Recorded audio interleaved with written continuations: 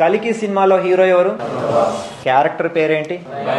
సరే, మన India world cup ఏ దేశం మీద గెలిచింది మొన్న?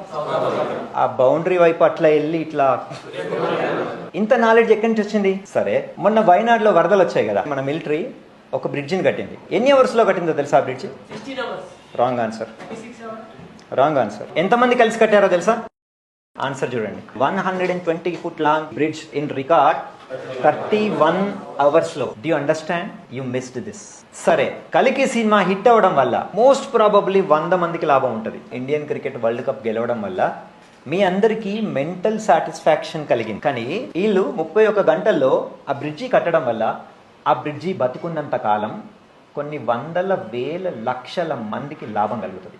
అందుగురించే 31 hours కట్టి కొన్ని వేల మందిని ఆన్ ద స్పాట్ రక్షించారు. ఎవ్వరూ చేయని పని చేస్తారు వీళ్ళు. ఇది షేర్ చేయాలి మీరు.